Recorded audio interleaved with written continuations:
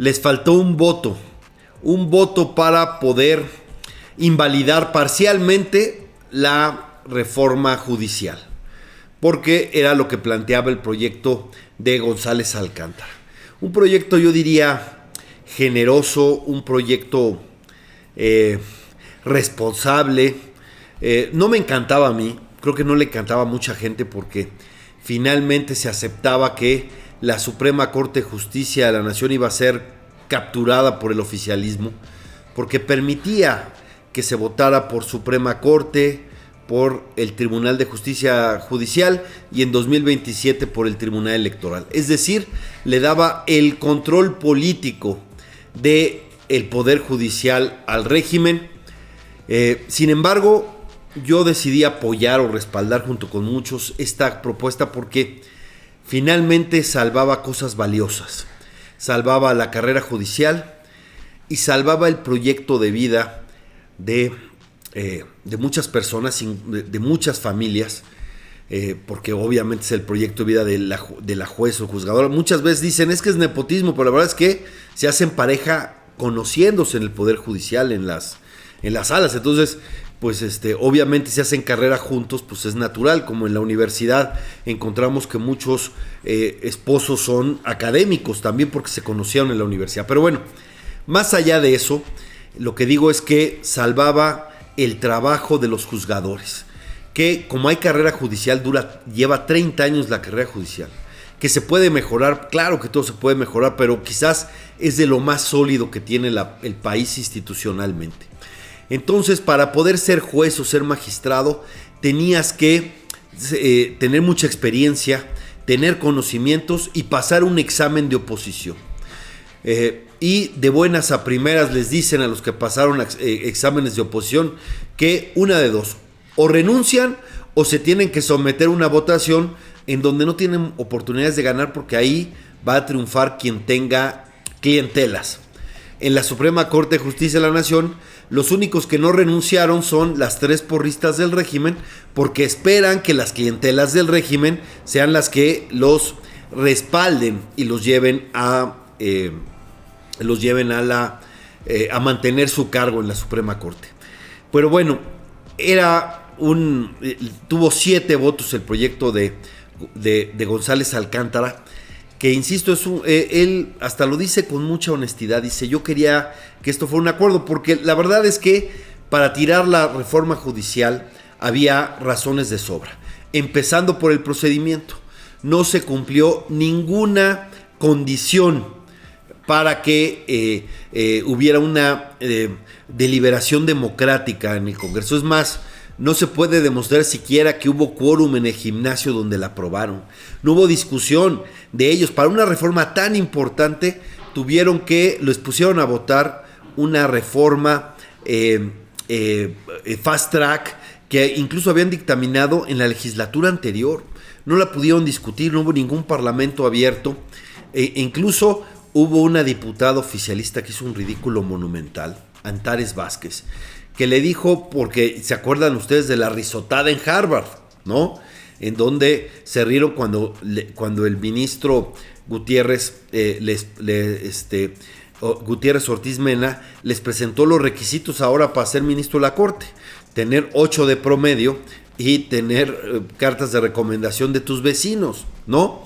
Y dice la diputada Antares Vázquez, yo lo reto a que me lo demuestre. No pasaron ni 15 segundos o 30 segundos en la red cuando ya le habían puesto escrito y subrayado dónde dicen esos requisitos. Es decir, votar una reforma constitucional de gran importancia sobre las rodillas y sin siquiera haberla leído. Bueno, pues por cuestiones de procedimiento pudieron tirar toda la reforma y hay precedentes para eso. No se respetaron los derechos de la minoría. Y si para reformas legales por procedimiento las tiran, en mi opinión, por cuestiones de reforma constitucional debería ser mayor, porque el cuidado que tienes que hacer para una reforma constitucional debe ser mayor que una reforma legal. Entonces, pero González Alcántara no lo planteó en términos de procedimiento, sino fue al fondo buscando este acuerdo en donde quieren el control político de la Corte, sí, pero no cometan una gran injusticia contra tantas familias, tantas personas que hicieron su esfuerzo. Bueno, pero ¿quién iba a pensar que Pérez Dayán, un ministro que viene de la carrera judicial y que por lo tanto conoce lo que es el esfuerzo que se requiere, la experiencia para ir ascendiendo, pues les dio una puñalada a sus compañeros? Me parece que de una manera contradictoria. Es cierto que él en sesiones anteriores había dicho que no se le podían arrancar páginas a la Constitución. Esa es su frase, que incluso una de las oficialistas, Lenia Batres, se lo restregó. Pero también es cierto que él dice que la culpa de esta reforma judicial es por los consejeros del INE y los del tribunal, que le dieron una sobrerepresentación a Morena, que le dieron una espuria mayoría calificada que les permite cambiar la Constitución caprichosamente a ellos. Bueno, se tardan una semana con todo y transitorios en cambiar la Constitución. Bueno, él llega y dice, esos se equivocaron, por eso estamos como estamos. Hay un límite de 300 diputados que no podía sobrepasarse y ellos admitieron la trampa de que como era coalición podían estar sobrerepresentados de más, tener más del 8% y más de 300 diputados. Y él dice, la culpa de esta insensatez es esta. Bueno, pero él está cometiendo lo mismo. Él escupe al cielo. Tiene razón en lo que dice de que los magistrados y los consejeros se equivocaron, pero usan el mismo pretexto para violar la Constitución. Es el precedente. Yo tenía el precedente y ahí me quedé sin hacer una lectura integral de la Constitución y lo que significaba. Lo que está dejando de hacer Pérez Dayán es interpretar el daño que se hacía al núcleo constitucional, no a lo que hace el constituyente permanente, que es un poder constituido porque ya está, sino el constituyente original que estableció que somos una república con 3 poderes, una república federal, y los derechos humanos son parte del núcleo central de la Constitución. Lo que dice el último artículo constitucional que no debe cambiarse.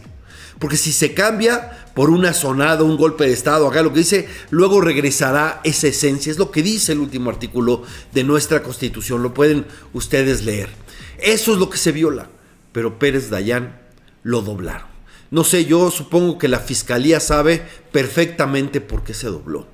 Y estas otras cosas. Y ya me suena la campana, pero tomo un poquito más de tiempo. Esto ha ido avanzando, la muerte de nuestra democracia ha ido avanzando porque han encontrado la forma de doblar conciencias, de encontrar traidores, ya sea en los consejeros y en los magistrados que violaron la Constitución para dar la sobrerepresentación, pero también recuerden que con todo y eso no les alcanzaba en el Senado y corrompieron senadores y pusieron expedientes de senadores y sus familiares para doblarlos y que se pasaran a votar con los oficialistas, como es el caso de los Yunes, que pues se vendieron por un plato de lentejas y evidentemente con la idea de que iban a dejar sus carpetas, por cierto, carpetas de investigación que anunció el expresidente López Obrador en sus mañaneras. Dijo en 2 ocasiones que tenía carpetas, al menos 2 carpetas, los Yunes, y seguramente eso fue parte de su negociación. ¿Qué pasó con Pérez Dayán?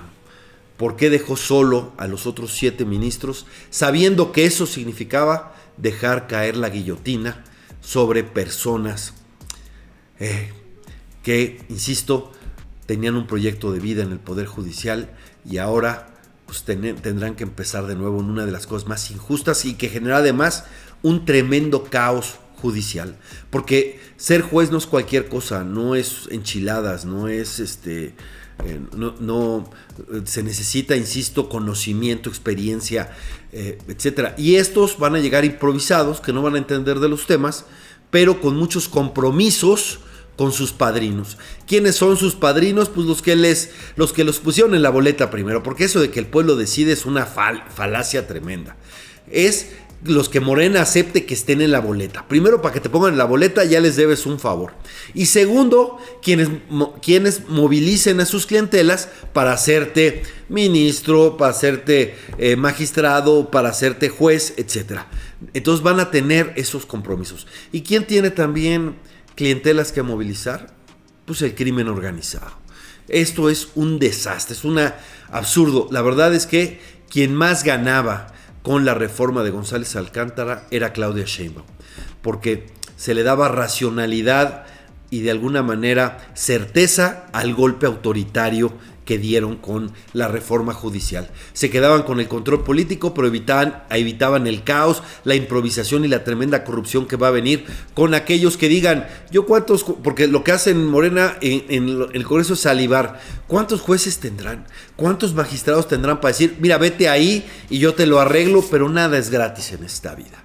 Eso va a ser una tremenda desgracia para el país, una tremenda descomposición, y eso lo hubiera evitado el procedimiento y eso le hubiera ayudado a Claudia Sheinbaum, incluso para la revisión del TEMEC, porque iba a haber, pues por lo menos esta salida le daba certeza, estabilidad y esto, y no la tomó. Y no la tomó, no creo que sea porque no se haya dado cuenta, sino porque todavía manda el que se fue.